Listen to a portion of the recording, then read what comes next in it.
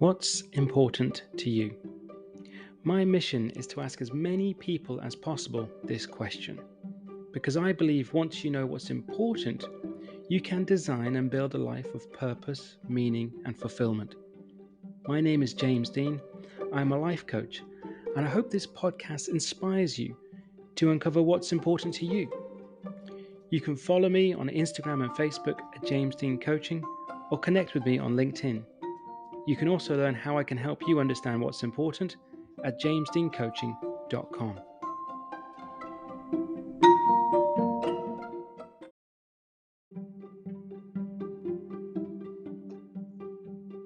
Today's guest is a Westmeath woman with a passion for sustainable living and the founder of the Refil Mill, the first zero-waste refill shop in Mullingar. She runs the shop as well as workshops that aim to educate the community about sustainability. Today we find out what's important to Eibhlin Fitzpatrick.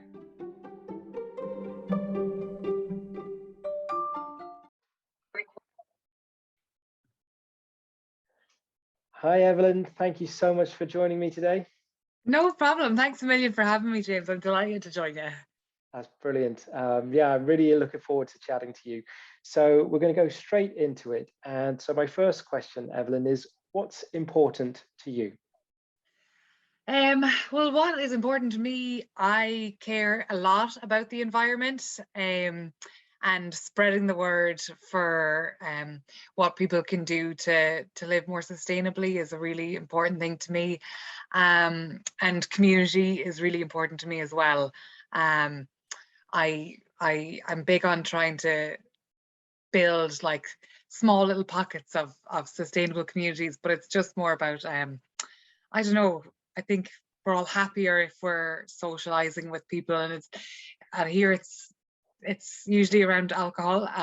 So I'm trying to like do different things where people are able to socialize in a relaxed environment that can just involve drinking tea or learning something new together. I really enjoy things like that. Yeah, no, I think I like obviously you saying that the sustainability in the environment is obviously something that's massively important to you because that's your business. Just tell me a little bit more about how the Refil Mill came about. Where did that sort of idea come from? Well, there's a long and a short side to the story, but I used to be, I have to own up to it, I used to be an incredibly wasteful person. I didn't really consider my impact on the environment at all. And I spent a few years traveling, and when I was abroad, I had a few housemates that really kind of opened my eyes to what was happening with climate change. And I saw other kind of zero waste shops, and just like I lived in certain communities where they just thought differently than the way we do here. You know, they had a lot more like conscious about what was happening with the world. And I kind of got used to living like that and being surrounded by people that thought that way. So when I came home to Ireland, I live in the Midlands, there isn't a lot of focus on sustainability. And I was really frustrated of not having like plastic free options or natural products kind of close to hand. So I figured like if I want this, then surely a lot of other people will want this as well. So I was standing in a zero waste shop in Dublin, and I just decided I'm going to do this. And I came home and I started researching it, and a few months later I opened. So yeah, I kind of just jumped in. Once I decided I was at it, I wasn't working at the time and I needed something to kind of focus on, and I threw myself into it. So I really just jumped in.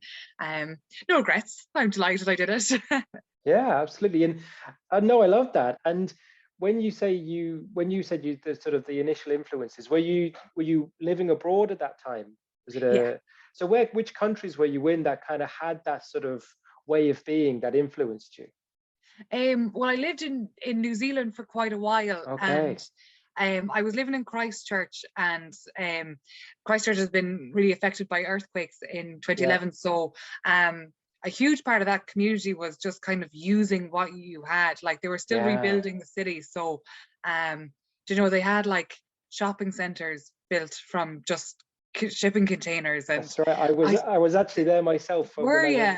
On my honeymoon, I was in we went to New Zealand and we went to Christchurch. Yeah. So we've seen it as well. Quite incredible. And it's beautiful, isn't it? It really, there was something about it that I thought there was so much character there. But yeah, I had a little kind of tight-knit community there, and then I moved to Melbourne as well. So then I experienced it kind of in a city way, but we were living in the suburbs in Melbourne, and you know, it was just the norm to be like tipping in and out to secondhand shops and riding your bike everywhere, and then there was loads of zero waste shops there as well, and it just, something just clicked. And I lived with a couple of people that were vegan and they were really into the environment, so they sat me down basically and made me watch a few documentaries, and I realized, wow, the way I'm living is just not okay, and I needed to do something about it. So it kind of snowballed from there. Yeah. Absolutely. And I know I can see how that influences. I think it's interesting as well, in sense of one way, Christchurch, as I say, I was there as well. It would have been in 2013 when I visited, and they were doing it out of necessity in some ways, you could say, because of obviously the situation they were in. But then, as you say, how that snowballs, but then how, say, a city like Melbourne has embraced it, and, you know, not through necessity, but just out of what it thinks is the right thing to do. Exactly. And because I haven't, so I suppose the experience that I would have had personally is I grew up in Germany. So and recycling over there was kind of, was properly the norms from all through my childhood as well. So it was interesting when I moved over to Ireland in 2005, where it seemed to be quite a bit behind from where things were when I was growing up in the sort of 80s and 90s. So do you think it's starting to come in Ireland a bit more now? I do think attitudes are changing. I think we are behind the time compared to other European countries. I have a lot of Europeans that come in and are shocked at the level of that we are at the minute.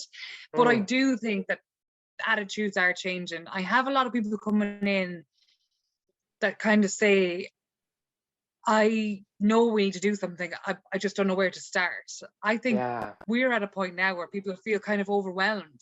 Like, we're realizing this is actually a crisis and we're doing so many things wrong. Like, how do you start to, you know, like, I think people are a little bit overwhelmed of, where do I actually start? What can I actually do that will make a difference? So I think addressing the anxiety to that is actually really important as well. That's something I'm realizing more and more, actually, even just this year. Like, when I opened during COVID, I opened the shop during lockdown, and I was really lucky to be able to stay open during lockdowns because I sell food. But at that time, people were kind of empowered and feeling like, I'm gonna, you know, grow my fruit and my veg in the garden, and I'm gonna do this, and they were able to do it. But now we're going back to like normal life. It's like, oh, how do I keep up with this? How do I keep doing these things, you know, and adapt them into my everyday life? So, and I have so many people coming in that are really anxious of what, that they feel like they're not doing enough, and that actually stops people from doing anything a lot of the time. So so considering the fact that what I find interesting, the fact that you kind of said it yourself, that this wasn't something that you always were, in a sense of conscious, in a sense of environmental issues or sustainability, and it's something that you kind of moved towards. So with that in mind, what were the things that you did initially then to kind of make changes before the Refil Mill, or what were the things that you came more conscious of that allowed you to do things more practically? Well, the first thing I did actually was I stopped eating meat. I was a huge meat eater, and I know, like, that scares people and people don't always like that, but that was one thing for me. As I said, I was living with a vegan at the time, and it was just, I was seeing these incredible meals that she was cooking, and that actually opened my eyes to think, okay, so it's not just these boring salads. There's a lot more foods that I can be eating, and that's one thing that I started off on, and now that wasn't easy to start with, to go from somebody that was eating meat and carbs to eating loads of vegetables and everything. So that was a learning curve. And then it was I just made the effort to go to shops where I could buy loose fruit and veg, and started buying like really simple things, like buying ketchup and mayonnaise in glass jars instead of the squeezy bottles. And it was just like really slowly kind of, okay, this is one thing that I can do this week. Or I started bringing my own cutlery in my handbag, or, you know, there was loads of, I bought a reusable water bottle. I mean, I've had the same water bottle for years now. And those things that just, I'm always saying, like, I went from being somebody that used to throw away paper plates. Like when I was in college, I used to buy paper plates and eat my dinner and throw them in the bin. Like when I think of it now, I cringe so hard. But that's one thing, like that's the kind of level that I was at before, to then just be like, okay, I can go from that to like dramatically, like at this point, I've dramatically reduced my waste. Not perfect in any way, shape or form. I think in today's society, it's incredibly difficult to you can't live completely plastic free. And I'm always saying plastic free sustainable living, but it doesn't mean like completely, you know, you feel guilty for every single piece of plastic that you use. It's more like changing your mindset that you can reuse what you already have. And like sometimes people come into me and they'll be using like ketchup bottles like to refill their shampoo or conditioner, and they're apologizing for bringing in plastic, and I'm saying, no, this is brilliant. You're using this you know, the same one over and over again. It's fantastic. Like, so absolutely. And I think it's the point that you're saying there as well, it's really important, is the point you're saying is like that sort of anxious and anxiety and almost overwhelm of either information or people's own sort of, whether it be sort of guilt or things like that, almost becomes a thing to stop them from doing anything. And they can get to that point where they think, oh, well, sure, whatever I do is not going to make a difference. But I suppose from hearing your story and talking to you and that, it's like, but even just your own personal changes can make a difference. And it's those little individual things can, and then in some ways, and the fact that it's quite ironic in the sense that someone coming in to reuse what they already have and almost apologizing for it. You're like, no, you've got the exact point of what I'm trying to do. Exactly. Yeah. You know, and I think a big part of that is when you're feeling kind of hopeless that well, what I do doesn't make a difference.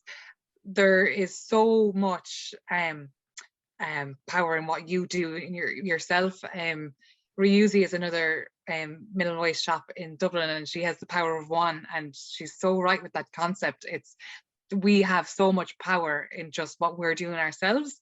And I even seen it when I came home, and I was like, they were laughing like this hippie coming back, you know, this big tree hugger environmentalist or whatever. But you do, like, just by living the way I lived, it was kind of making other people think, oh, okay, I don't need to use that much plastic either, or okay, right, well, that's actually really easy to do that way. Or you'd be surprised how much influence you have over people. And I'm always saying, like, lead by example, because even a lot of customers or people that I talk to, like, I have a lot of 30-something-year-olds that are living at home, or 20-something-year-olds that are frustrated living at home, wanting to be more environmentally friendly and feeling like they can't because they're living with their parents. But I keep saying, you don't have to change your parents, just change what you're doing. You know, you don't need to change anyone else except for you, because you'd be banging your head off a brick wall trying to convince everybody else to join. You have to show them, and that's a big part of it. Absolutely. And I think it's a really valid point in the sense to say, you don't know, sometimes you don't know who you're influencing, even though you're doing it. And I think that's a really important thing, that people sometimes, they might not even say, or that you might not even interact with them, but they've seen you do something and that changes behavior. So it's kind of like, even when you think, oh, I'm just doing it, I don't know if everyone's paying attention, they are. And I think that's a really important thing to know. And one of the things that you just reminded me of there when you're saying about influence, or what, when I think definitely the younger generation who are hopefully going to grow up more with this in a conscious way. I was talking to a guy that I'm working with at the moment on a business course, and he was giving the example of his daughters and the sense of the influence that they have in relation to sustainability and the environment. And he was saying that how he was a old school sort of rocker, and he always wore Doc Martens. That was his thing, that he always wore a pair of Doc Martens. And he got the influence now from his daughters, who are kind of leaving cert age, that sort of teenage age. Oh, you can have another pair of Doc Martens, but they have to be vegan Doc Martens. And he actually went, okay, well, so he was like, well, they said to him that you're not buying another. So he actually, I didn't even know they existed, but he did buy a pair of vegan Doc Martens. So it's just, it shows there can be influence, and you can still do what you did before, but in a slightly different way, which I think is a really powerful thing. Yeah, exactly. It is amazing. Like, you're right, people are watching, do you know, like, and that's not always, that's, you know, sometimes that's not always a negative thing, you know, sometimes that's a really positive thing.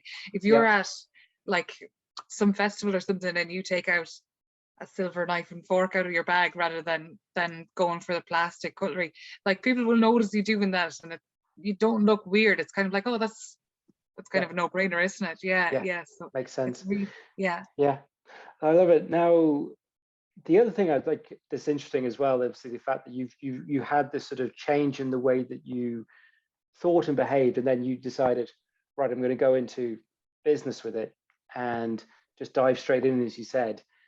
Had you any experience in this sort of, you know, before? I'm really intrigued in the sense of like how you made that transition.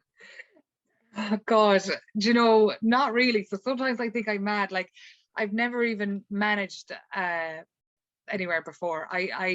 My degree is social science. That's what I did. I did that in Maynooth. And I have worked in retail most of my, like, I grew up in retail. My parents had a shop. They used to own a Londis in Turles Pass, and so I was kind of raised in that environment. And then, but other than that, it was more like bar work and restaurant work. So to say this has been a learning curve is quite an understatement. I kind of went in with this idealistic view of, oh, you just need to make this little amount of money to pay your rent, and, you know, like, so there's been a lot of things that I've had to learn,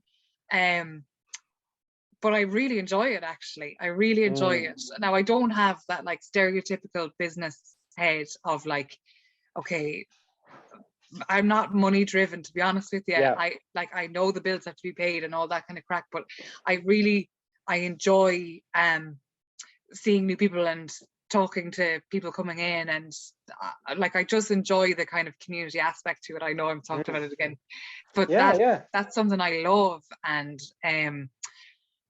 so but that's the point I was going to go into as well. And I think it really is important, and obviously comes across in a sense of, for yourself as well, that you wanted to be a part of the community, and you wanted your shop to be a part of the community. So tell me that, you know, maybe they go hand in hand. So tell me a bit more about that, sort of how the community, how it is so important to you. Yeah, well, I think that at the end of the day, when things start to get really bad with climate change, I think community is what's actually going to be our saving grace. I think that we need to know how to grow our own food and how to repair our clothes, and to be a little bit more self-sufficient. And I think that that's not something that you can do on your own. I think that you need a group of people doing that with you. But with the shop, like, it's so often that I'll be having a conversation with somebody about whatever they're doing in their garden, and somebody else will join in and just talk about how they compost this or whatever. And that happens all the time, and loads of like small connections are made, and I love that. And now we've started, thankfully, now since things have calmed down with COVID, we've been able to have kind of events in the shop now, really small ones. We're bringing people in, like, I've got a local flower farmer who is who was doing so much for biodiversity in just her own housing estate. It's amazing. Anna Brown from Big Sky Flowers, she's fantastic. But she grows local flowers without pesticides. She's doing everything the right way. I feel like she's a sustainable queen.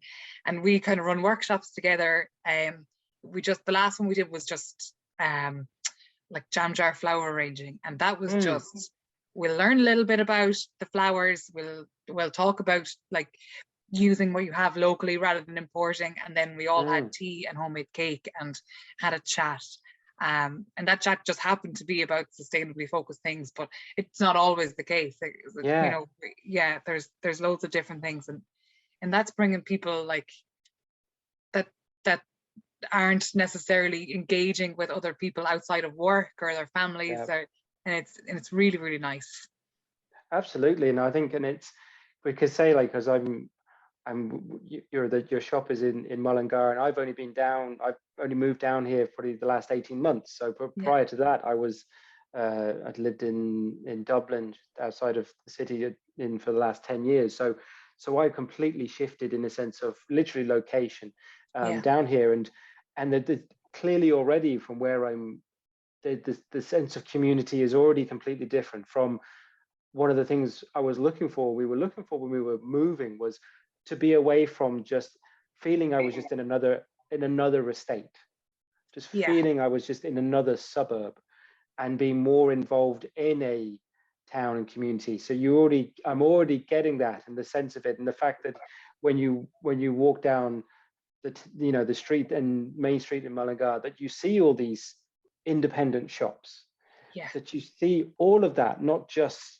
the traditionals or franchises as such. You're seeing that because it brings the character to the community, I think, when you see those places as well. Absolutely. Yeah. And then when you say in there, the fact that now that we're getting out of, should I say, out of COVID and those sorts of things, that you're able to start, I think we're starting to see more of those type of events as well, where people are bringing back together again, which is really exciting. Yeah, it's so lovely.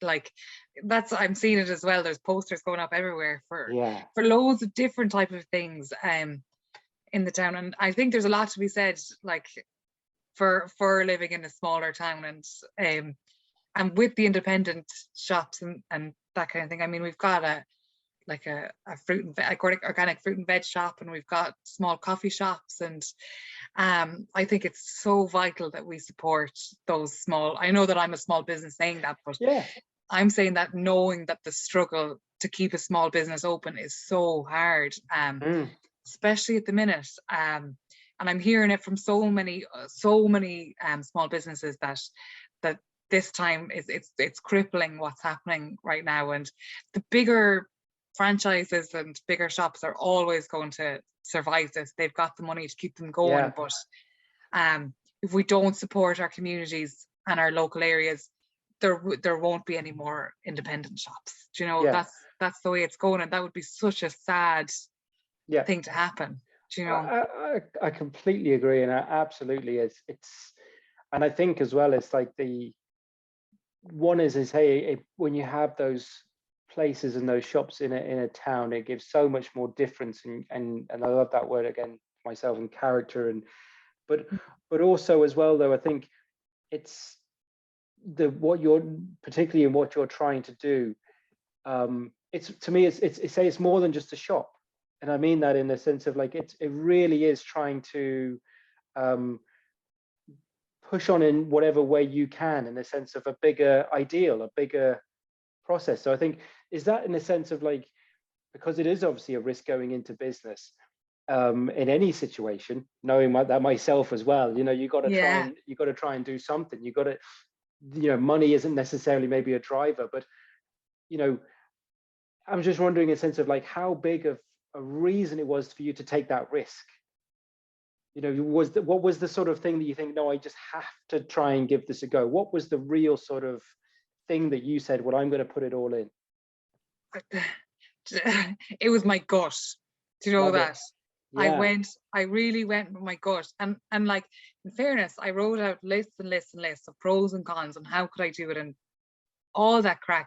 But at the end of the day, anytime that I was leaning towards maybe it's not a good idea, I had this feeling in my gut that was just like, nah, it is a good idea. Just and I had this thing, we're all gonna die, do you know, like, and do you know, I was in my 20s when I started it, and I just thought, well, sure, there's loads of life left to live, and if I don't go and do these things that I love, then why not? And what's the point? And I've worked in jobs where I've been like underappreciated, and you know, I worked in jobs that I've hated, and I just thought, well, I'm not going to go back to mopping floors for somebody that doesn't appreciate me, and I'll just take a chance on myself. And I always thought, sure, I can leave again. I've always been like a free spirit to travel and things like that. And at the end of the day, like I opened the shop with an incredibly small budget. Like it was really small, and I built it up. Like it was every couple of weeks I was buying in a new product. Do you know, I couldn't do everything all at once. So it wasn't perfect when I opened up, and it's not perfect now, but that was my way of, okay, I'll do this in a way that suits me, that I'm not getting myself into an incredible amount of debt, and and you know, if it doesn't work, it doesn't work. You know, so far it's working. No, absolutely. No, I love that. And as you say, it's that thing of, and I would definitely sort of mirror that, in the sense of sometimes you just got to give it a go. You just got to just go with it and say, and not let the fact that it's not what you'd hope to be, the sort of the dream of what the store, or the, you know, what it would look like. In some ways, it kind of like, that's something to aspire to, but it's not a reason not to do it now. You know, and just get in. And obviously I have obviously been in your shop, and it is a lovely shop. And one of the things I notice obviously is, you're looking at everything being sustainable. Do you look at things as well? You just said about you're doing the event there with the local lady who grows the flowers. Do you look at trying to find things that are more local as well then to sell in the shop? Absolutely. Yeah. So how do you do that? And how do you try and partner with people then to try and bring them in to then provide them in your shop for sale?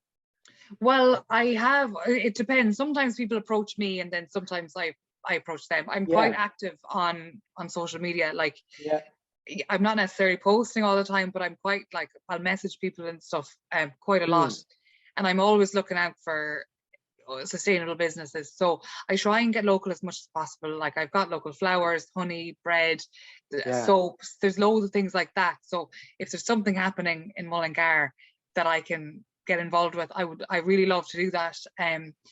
But then supporting Irish is the next, you know, if it can't be Westmeath, then Irish is the next one. And that's been fantastic, because there's so many small Irish businesses that are doing things right now. And there seems to be like a boom in that, and there's actually loads more room in the market for sustainable Irish businesses. There's plenty of skincare and soaps and things, which is great, but there are gaps for other little bits and pieces. But it's so exciting to see a new brand coming that has a genuinely sustainable product, that they can say, okay, we've got our certs here to say that we're cruelty free, that we're, you know, that we've got no palm oil, loads of things like that.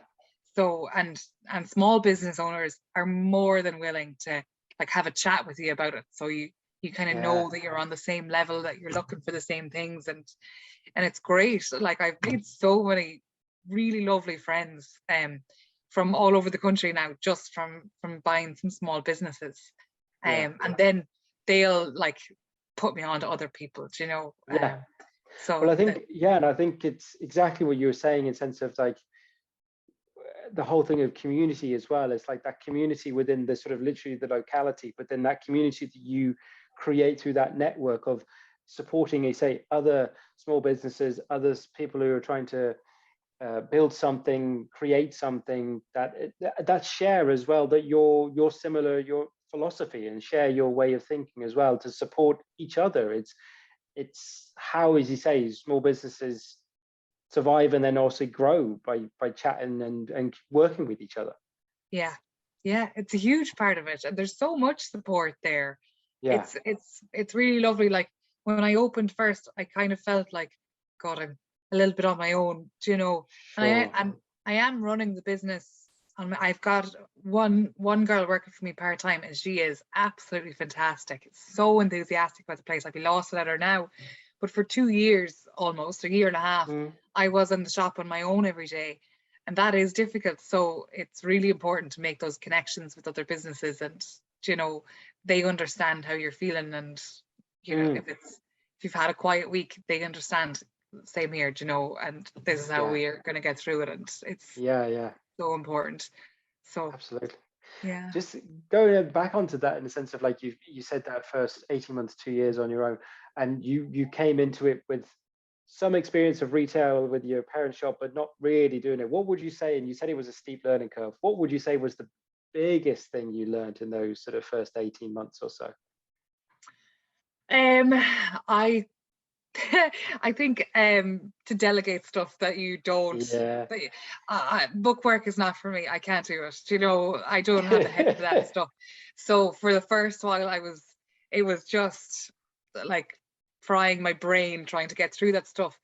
You know, it would take me 5 days to sit down and do 5 minutes worth of bookwork. So I've actually just hired somebody to do, and I used to be like, can I afford to do that? Should I be doing that? And now it's like, that's freed up so much headspace for me. It's really worth doing that. And then you can focus so much more positive energy into doing productive things that are going to help the business, rather than beating yourself up over what you're not good at. Like, I totally hear that. It's that, as you say, you're constantly weighing up the potential implications financially in time, or almost sometimes if it's just a stubbornness to thinking that you want to get it yourself, and then it's like, well, actually, no, you're pretty better off giving away the stuff, or bringing someone else in to do those things that'll get it done so much quicker, as you say. I know, I like that. Considering obviously, I mean, sure, it takes up a lot of your time and your energy and everything about what you're about running the store, but is there any other things outside of that are important to you, other sort of interests or hobbies or anything else that you think, oh, I couldn't be without that? I love like, it sounds really boring as well, but I love walking. I love getting out, surrounded by nature, and like if I can go on a nice forest walk or something like that. There's a beautiful one that's just down the road from me. I live on a back road, and there's just a gorgeous little space down there that I can go and walk and spend time outside. I love doing that. And that really refreshes me. I feel like if I get really busy with work and I don't take the time to go outside for a while, I can really feel it. I'm not great in the garden. I'm trying, but I don't naturally have green fingers, but I'm trying my best. And I love to cook as well. I really love cooking. No, I think that I mean, I can definitely get the going out in nature is a huge thing. And I think it's you maybe said the word there, walking, it's boring, but I think it's the simplicity of it is what I love. I'd say my sort of reasons for going out walking is one with myself. I have 2 dogs as well, so it's almost like I have to go out because they'll be telling me other, you know what I mean? They'll be going around the house if I don't. Great motivation. Absolutely. And but it's purposefully now when I do it, I really try and consciously do it, that it's just me walking the dogs. You know, it's not to and I'll just be thinking. It's not a time to be on my phone or checking it. Just try and be out and just enjoy that bit of time and that headspace. Absolutely. And just immerse yourself in it. And even if it's the same walk that I do every day, it's a different day, so it's a different walk.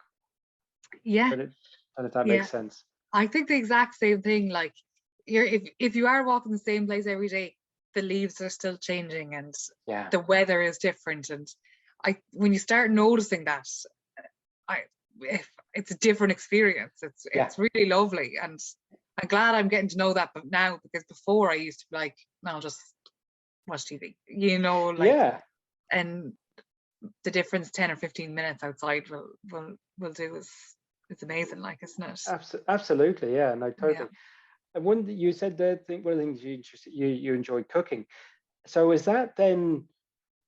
Was that always something you were interested in, or has that sort of changed because of the way you now live your life in sense of going vegan or vegetarian? I don't, does Yeah, has that evolved because of that? big time, big Okay. time. And it's, well, yeah. And at the minute I have my own place and my own kitchen. So I have that space to be able to say, okay, these are the kind of foods that I'm going to be making and stuff, and having the shop and things. People give me recipes and it's great, like, and loads of ideas. But definitely, I'm vegetarian. I try and eat plant-based as much as I possibly can, but that makes me more creative in the kitchen. That you can only eat so many, like, potatoes and stuff. You have to kind of introduce some variety to it, and that to me, that's like really great way to de-stress in the evenings. Like, if I've had a really stressful day, I love to go home and cook a big dinner. I love just chopping for ages, because I'll just put on a podcast and just chop, like, and I think that's really a great way to relax, Oh no, I'm totally with you there. There's nothing better than a load of veg prep, or and just to get into that sort of absolute mode. No, I can completely agree with you on that one. I'm glad you do. My mother thinks I'm mad. She thinks I'm, I don't. No, I was like, give me the chopping. I'll do the chopping, and you can do the rest then. Absolutely. I think. So I don't know about you, but sometimes if I see someone else chopping it, I'm like, oh God, I'll go over and do it, because you're making an absolute hames of that. Like, what are you doing?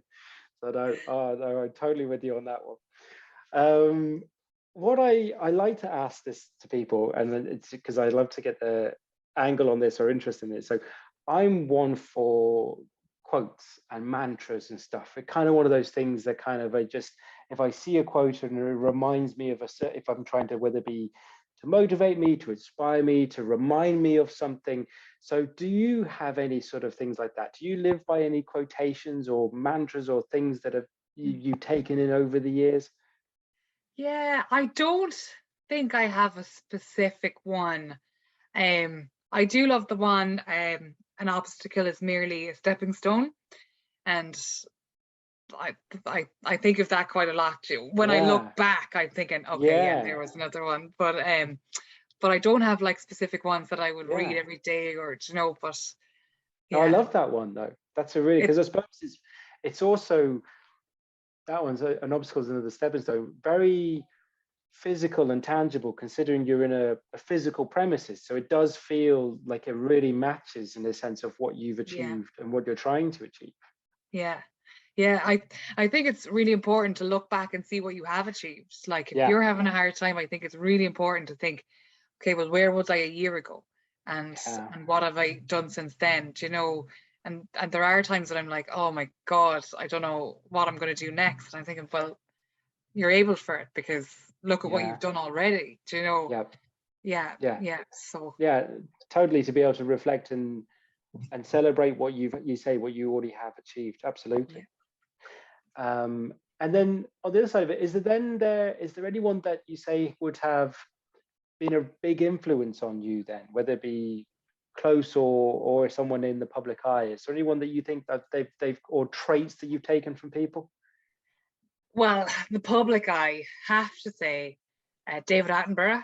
I know it's stereotypical as an environmentalist, but I think he is just the best man that ever lived. I adore him. And then close to me, my partner is absolutely amazing, and has fully embraced this lifestyle with me. And I just think she's, like, I think I had a huge lifestyle change, and then she just went right along with me, and we've just been motivating each other to live this way. And I find that really, like, that's had a big influence on my life. No, it is powerful. I think when you're doing something like that, and you're, as you say, completely changing the way you're doing something, the way you're living, having those people around you that kind of go along with you, but I say not just, but they're fully involved as well. You know, they're fully exactly. it. Yeah. It's not just like I'm telling you to do this. It's like, how can we do this, and what can we do next? And we're like educating ourselves on and planning for the future. Then as well, we're thinking, okay, how can we make our lives sustainable as we go forward as well? It's really, I'm very lucky. Yeah, no, I think it's hugely powerful and empowering when you have those people, I think, around you and supporting you and going with you through the whole journey. And absolutely, I'd agree with you in relation to 𝙤𝙗𝙗 𝙤𝙗𝙗 as well. I mean, it's an incredible, say, as you say, just incredible human in the sense of what he has done to and continues to do to educate. That's the thing. I grew up watching David Attenborough documentaries, and then as I kind of started learning these things, I'm realizing, wow, he's a huge advocate for. He's really changing the way a lot of people think. I've had so many people come into me based on watching David Attenborough's documentaries. You know. No, and I think it is amazing, because I think it's now, I suppose it's probably always, I say he's always has been that way, but I think you say much more in the recent times. You were thinking he was just showing you animal documentaries, but it shows so much more than that. And I think he's always had that, but it's very much come more at the forefront in his recent works. But I think as well as, like, if you were to probably look at some of the works that he did in the early sort of 70s, 80s, and he went back to those same places now, which he has done, the environment is so different, which is quite shocking and scary as well. Yeah, it is. It is shocking is the right word when you see that, the changes that have come about. So I think he's a great voice for us, you know. Yeah, absolutely. And then saying, and again, he brings us back to, I suppose, some of the reasons of why you do what you do. Absolutely, for sure. It's been brilliant talking to you, Eibhlin. I have one more question for you, which is, what's important for your future? I would say I would like to be in a position where I am surrounded by like-minded people. I would like to be self-sufficient as much as possible, and I don't want to have to rely on paying back big mortgages and that kind of thing. I would really like to live simply, and I know that sounds really idealistic, but that's my plan. That's what I'm. I'm gonna. I don't intend on buying a huge house or whatever. I would like to live within my means, and I think that if I'm growing some of my own veg and I'm still hanging out with like-minded people in a community, I think I'll be really, really happy to know. Yeah, absolutely. And I think that sort of way of thinking is fabulous. No, I love it. It's been an absolute pleasure to talk to you, Eibhlin. I was really looking forward to this conversation, and it's been absolutely fantastic. Obviously, I want to make sure that people support you and come see you. So I know you obviously have your shop in Mullingar town, but for people to follow you and connect with you online, we'll make sure it's in the notes for the podcast. But if you want to give a shout out now where people can find you, go ahead. Thank you so much. Well, my website is 𝙒𝙗𝙗 and I'm on Facebook and Instagram with the Refil Mill _Mullingar. And I would really love if people followed, and I'm always open to chatting with people and kind of getting to know more people. Absolutely, brilliant. So for anyone listening, those are the details that be on the website as well. But obviously, if you're in the Midlands and you're going through Mullingar, please stop in to the Refil Mill and go see Eibhlin and buy some fabulous products there. You won't be disappointed. Thank you so much again, Eibhlin, for joining me. Thank you. I've had a really, really lovely time. Thanks a million. Take care. Bye.